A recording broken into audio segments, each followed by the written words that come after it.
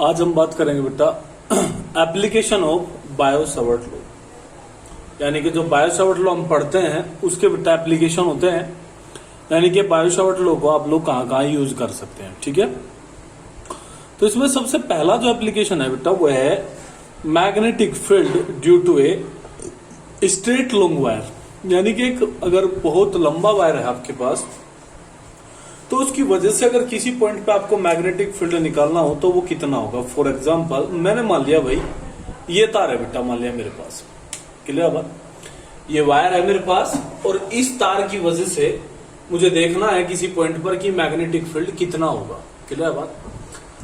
तो मैंने मान लिया कि बेटा वो जो पॉइंट है, ठीक है, वो मान लिया इसके सेंटर पॉइंट से, ये मैंने मान लिया भाई उसका सेंटर पॉइंट है कोई, और इसके सेंटर पॉइंट से मान लिया बेटा वो सपोज एक्स डिस्टेंस दूर है, क्लियर बेटा बात। इस पॉइंट को मैं एक नाम दे देता हूं, मैंने नाम दे दिया इसको पी। और जब इसमें हमने एक करंट अप डायरेक्शन में यानी कि ऐसे अगर फ्लो कराया हो तो आपको पता है कि जब करंट किसी कंडक्टर में फ्लो कराया जाएगा तो उसके चारों तरफ क्या होगा बेटा, आपका मैग्नेटिक फील्ड होगा, जिसकी वैल्यू कल हम लोगों ने देखी थी, जो कि कितना होता है बेटा आपका dB equals to mu naught upon 4 pi I dl sine theta upon r square. ये हमने कल बात की थी, क्लियर बेटा।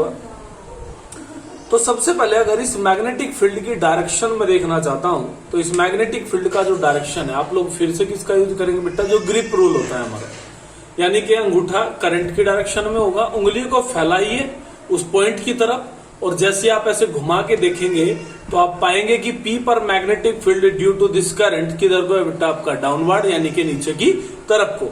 तो यानी कि इस पर अगर सबसे पहले हम डायरेक्शन की बात करें तो डायरेक्शन के लिए आपने क्या लगा दिया बेटा, यहाँ पे क्रॉस, और ये क्रॉस किस चीज को डिनोट करता है, ये डिनोट करता है कि जो हमारा मैग्नेटिक फील्ड है ड्यू टू दिस वायर, जब इसमें करंट ऊपर की तरफ को फ्लो कर रहा है तो वो किधर को है बेटा, आपका नीचे की तरफ को। लेकिन अगर हम देखें यहाँ पे तो हमें बेटा यहाँ पे खाली ये डायरेक्शन ही नहीं बतानी, हमें इसका मैग्नीट्यूड भी निकालना है, यानी कि इसकी वैल्यू क्या होगी। ठीक है, तो अब हम शुरू करते हैं, वैल्यू क्या होगी इस चीज के बारे में थोड़ा डिस्कस मैं आपको करूंगा।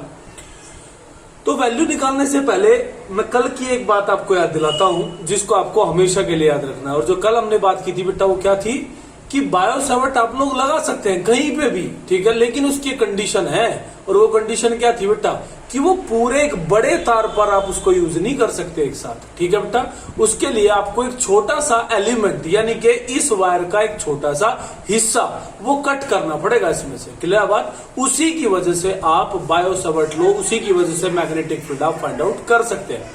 तो सबसे पहले मैंने मान लिया कि सेंटर पॉइंट से मैंने माना कि यहां पे मैंने इस तार का एक छोटा सा टुकड़ा बेटा ये कट कर लिया, जिसकी लेंथ है मेरे हिसाब से मान लिया बेटा कितनी आपकी DL, क्लियर बेटा बात। और ये कितना नीचे है ये भी मैंने मान लिया सपोज करो ये L लेंथ नीचे की तरफ है सेंटर से, बात क्लियर होगी बेटा। ठीक है, उसके बाद मैंने माना क्योंकि हम एलिमेंट से डिस्टेंस कंसिडर करते हैं तो मैंने मान लिया कि हमारा जो ये डिस्टेंस है ये कितना होता है बेटा आपके हिसाब से, ये R होता है, ये हमने R मान लिया। और मैंने मान लिया कि जो एंगल ये बनाता है ये कितना है बेटा आपका, मान लिया ये एलिमेंट के साथ कितना एंगल बनाता है, सपोज थीटा, क्लियर बेटा। और ये जो एंगल यहाँ पे है ये कितना है बेटा, मान लिया आपका 5। तो मैं आपको एक चीज बता दूं, इसमें इस एप्लीकेशन में हम लोगों को क्या क्या पता है। इसमें बेटा आप लोगों को 2 चीजें पता है, बल्कि 3। एक तो करंट पता है, एक ये एंगल, ये वाला एंगल फाई ये पता है बेटा, और एक सेंटर पॉइंट से P तक का डिस्टेंस मींस x ये पता है। बाकी जितनी भी चीजें इसमें असाइंड हैं वो सारी की सारी हमने क्या की है बेटा, आपकी लेट की है, इस बात को आप ध्यान रखें, क्लियर बेटा। तो अगर इस एलिमेंट से अब मैं आपसे कहूं कि भाई कितना मैग्नेटिक फील्ड होगा तो मैं समझता हूं कि किसी भी बच्चे को कोई दिक्कत नहीं होगी, वो एकदम से आंख बंद करके कह देगा कि सर dB इक्वल्स टू होगा mu naught upon 4 pi I dl sine theta upon r square. मेरे ख्याल में बेटा बात समझ में आई होगी। अगर मैं इस एलिमेंट की बात कर रहा हूं, ठीक है, तो इस एलिमेंट से ये मैग्नेटिक फील्ड होगा। लेकिन जाहिर सी बात है कि हमें एलिमेंट से मैग्नेटिक फील्ड नहीं निकालना, ठीक है, हमें तो बेटा एक लॉन्ग वायर से मैग्नेटिक फील्ड की रिक्वायरमेंट है। क्लियर है बात।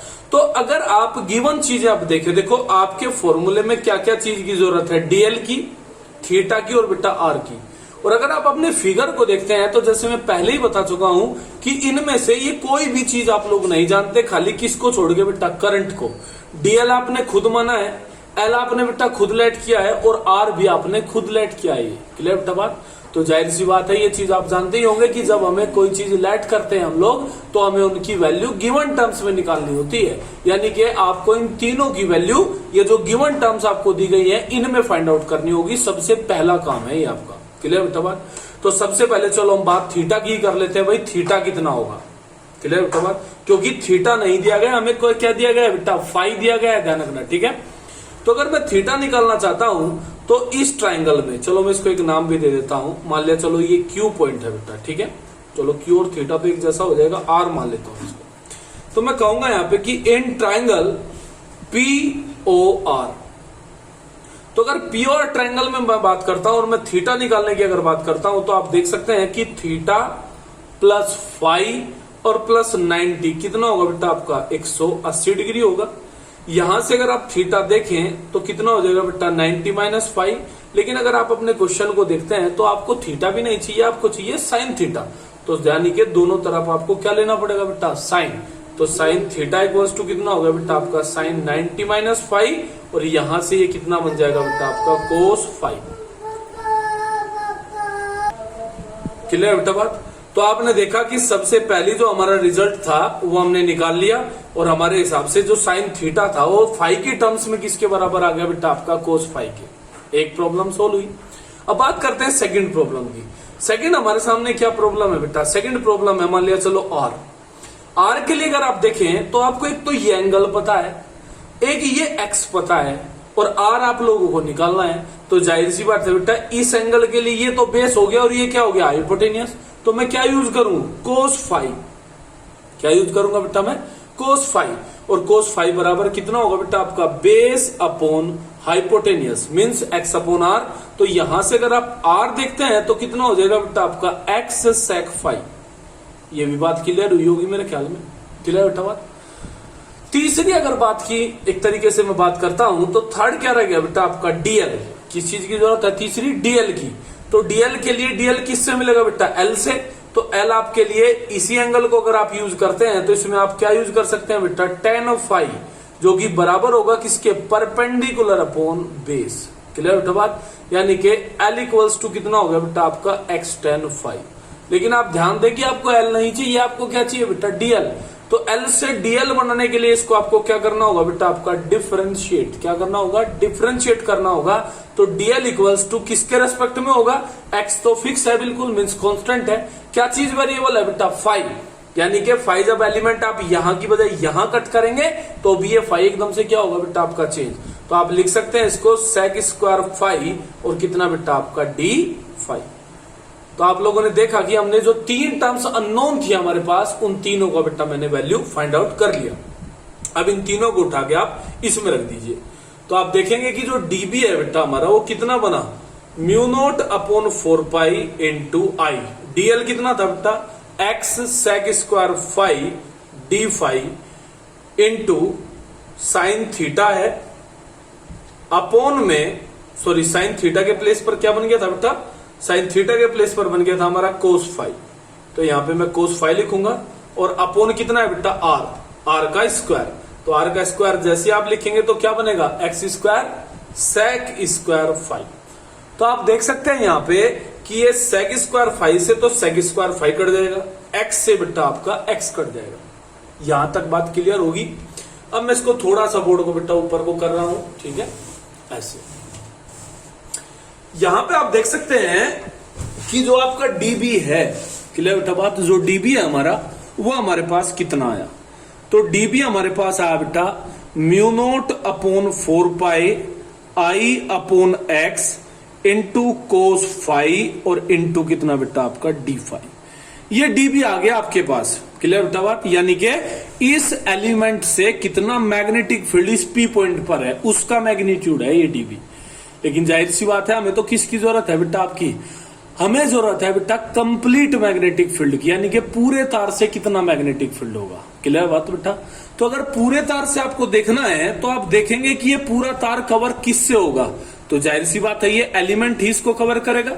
और अगर आप एलिमेंट की वेरिएबिलिटी देखते हैं यहाँ पे, तो एलिमेंट अगर बदलता है, यानी कि यहाँ की बजाय अगर आप अपना एलिमेंट यहाँ पे कट करते हैं या फिर यहाँ पे कट करते हैं, तो आप देखेंगे कि एकदम से ये जो एंगल है ये एकदम से क्या होगा बेटा, आपका चेंज होगा। क्लियर बेटा बात।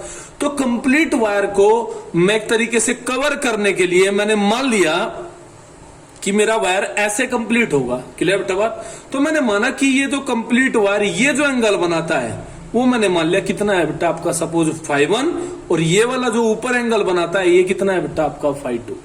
बात क्लियर है। तो जाहिर सी बात है अगर मुझे इसको कंप्लीटली मैग्नेटिक फील्ड निकालना है इसका, तो मुझे इसको क्या करना होगा बेटा, आपका इंटीग्रेट करना होगा। तो यहां तो इंटीग्रेशन कहां से कहां तक होगा आपका, 0 से b तक। और यहां पे अगर आप देखें अपना इंटीग्रेशन, तो ये कहां से कहां होगा बेटा आपका, जाहिर सी बात है पूरा कवर करना है तो φ1 से φ2। लेकिन आप देख सकते हैं यहां पे कि φ2 को जो हम कंसिडर कर रहे हैं वो कैसे कंसिडर कर रहे हैं बेटा, क्लॉकवाइज।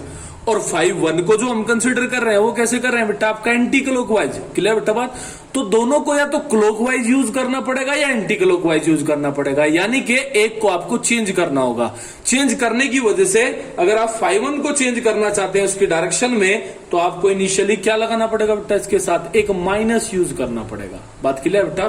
तो ये -φ1 से कहां तक जाएगा बेटा, आपका φ2 तक। बात क्लियर हुई होगी। तो अब आप इसको अगर इंटीग्रेट करते हैं तो μ0/4πI/x, ये सारी चीजें कैसी है बेटा, आपकी कांस्टेंट है। इसको बाहर लीजिए। cos फाई को आप सबसे पहले इंटीग्रेट करेंगे, तो cos फाई का इंटीग्रेशन कितना होता है बेटा, sin फाई प्लस के, तो -φ1 से और कहां तक जाएगा बेटा आपका φ2 तक। तो जैसे ही आप इसमें वैल्यूज पुट करेंगे तो μ0/4πI/x, यहां पे आप देखेंगे बेटा ये हो जाएगा सबसे पहले sin φ2 माइनस साइन माइनस के φ1। बात क्लियर है बेटा। तो जैसे आप यहां पे इसको सॉर्ट आउट करेंगे तो μ0/4πI/x, और ये बनेगा बेटा ये साइन माइनस थीटा क्या होता है आपका, माइनस साइन थीटा। तो माइनस माइनस क्या बनेगा, ये प्लस। तो मैं इसको कह सकता हूं साइन φ1 और प्लस कितना बेटा आपका साइन फाई। क्लियर बेटा बात। तो ये आपका टोटल मैग्नेटिक फील्ड होगा किसकी वजह से बेटा, आपका ड्यू टू कंप्लीट जो आपका वायर है। बात क्लियर है। तो मेरे ख्याल में बेटा बात समझ में आई होगी।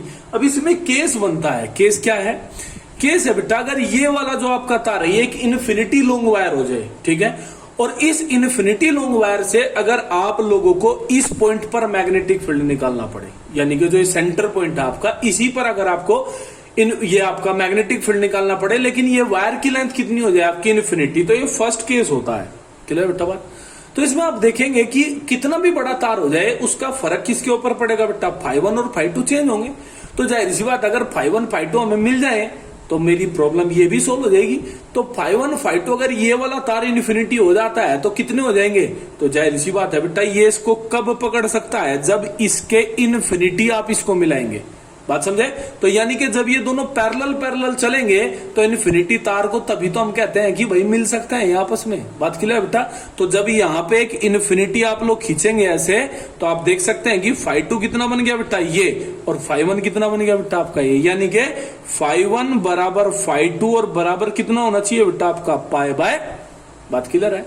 तो जब आप इसको यहाँ पे यूज करेंगे तो पहले केस में मैग्नेटिक फील्ड बन जाएगा आपका 4π, और ये हो जाएगा बेटा आपका 2I/x, क्योंकि साइन 90 और प्लस साइन 90 कितना होता है बेटा आपका 2 होता है। बात क्लियर है। सेकंड अगर मैं यहीं पे बात करूं, तार तो ये इन्फिनिटी है, लेकिन मैंने इस वाले पॉइंट का पोजीशन बदल दिया और मैं इसको बिल्कुल इसके जस्ट सामने, यानी कि यहां पे मान लिया मैं इसको लेके जा रहा हूं। बात क्लियर बेटा। तो अगर मैं इसको यहां पे लेके जा रहा हूं तो जाहिर सी बात है कि ये तार अब कैसे कवर होगा, तो इधर तो ये इन्फिनिटी तक वैसे ही पैरेलल चलता चला जाएगा। लेकिन अगर आप ऊपर का एंगल देखें तो ऊपर का तो आपका 0 हो गया अब की बार। क्लियर बेटा बात। तो इस केस में आपका जो φ2 है वो तो कितना हो जाएगा बेटा आपका 0, और φ1 तो अभी भी कितना है बेटा आपका 90 डिग्री। तो जैसे ही अब की बार इसमें वैल्यू आप पुट करेंगे तो b का वैल्यू कितना हो जाएगा बेटा आपकी बार μ0/4π, सॉरी 2 नहीं होगा आपकी बार I/x। क्लियर बेटा बात। तो ये एक तरीके से, और या फिर बाकी अगर आपको ये एंगल वगैरह दे दिया जाए तो आप वैल्यू पुट कर सकते हैं यहाँ पर, किसी भी पॉइंट पे मैग्नेटिक जो फील्ड है बेटा उसको फाइंड आउट कर सकते हैं। आशा करता हूं क्लियर हुआ होगा बिल्कुल। ठीक है बेटा, कोई दिक्कत है तो आप कमेंट बॉक्स में एक तरीके से पूछ सकते हैं मुझसे। ठीक है, ओके, मैं एक बार कंप्लीट दिखा देता हूं सारा। ये बेटा आपका क्लियर बेटा बात, ये पहला एप्लीकेशन होता है बायो-सैवर्ट लॉ का। ठीक है, इसको अच्छे से पढ़ें एक बार।